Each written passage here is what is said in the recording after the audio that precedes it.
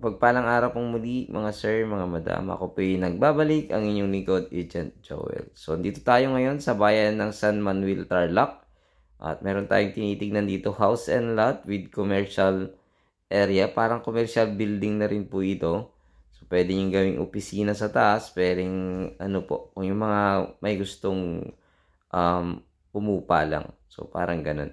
So, ayan, puntahan natin itong property na may sukot na 70 square meter at may halagang 6 million, negotiable naman po sa ating seller.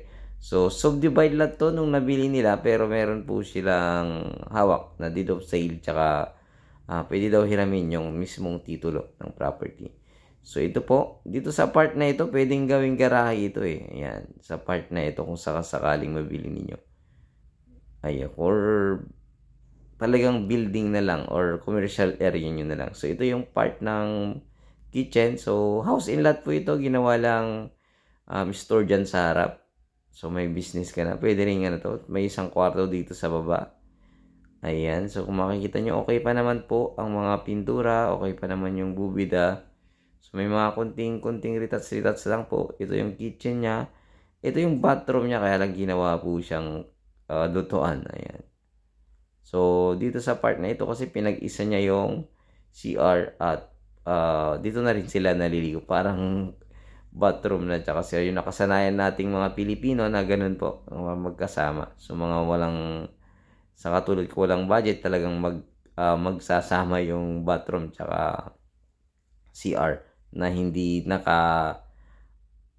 hindi naka-sit aside, nakahiwalay yung liguan. So, ito yung second floor. Ayan, may CR din po dito sa second floor, mga sir, mga madam. At the same time, meron po siyang parang gate, papasok. So, ayan, yung CR nila. Yan, tulad pa rin ng dati, meron po siyang bowl. At the same time, dyan na rin po maliligo. So, ito po, may dalawang kwarto. Ito yung pinaka kitchen nila, maliit. Ayan, maliit ang kitchen. Tapos, maluwang naman tong area niya dito sa baba. Ay, sa mismong parang living room na. So, dito sa part na ito, ayan, pwede nyo mong matanaw po dyan sa labas. Naglagay po sila ng grills. Ayan. So, along MacArthur Highway po ito. Pakalimutan ko sabihin, along MacArthur Highway. At the same time, ito po ay, ayan, dalawang kwarto dito sa taas. Meron po siyang dalawang bedroom, pero okay pa naman lahat. Yung pintura, tsaka konti-kunting lang talaga. Kung meron kang gustong ayusin o i-retouch, yun, konti-kunti lang. So, ayun, ito ay 6 million, negotiable naman ayon sa ating seller. Tapos dito may parang banyo pa siya eh, parang banyo, pero siguro bathroom to. Kasi magkahiwalay siguro talaga yung bathroom tsaka CR. Talagang pinag-isa-isa lang nila nung mga gumagamit dito. So, may third floor pa ito, pero unfinished pa, hindi pa tapos yung third floor. Tara, puntahan po natin. Yun ay pwede nyong gawing isang kwarto lang. Pwede rin kayong mag-division. Kumbaga, pwedeng dalawang kwarto pa dito sa taas. Ayan. Ito wala pang tiles, pero nakapintura yung pader. So, ayan. Kung makikita nyo, wala po siyang kumbaga, wala pa siyang bubida or yung kwan sa taas. At the same time, wala siyang division. So, ayan. May palabas din po dito sa likod. Pero dito, tingnan natin, may gate pa rin nilagay. Ewan ko bakit nilagyan. Siguro iba-ibang family yung tumira dati kasi may gate siya. So, ayan, ito yung palabas. Puntahan natin para makita ninyo.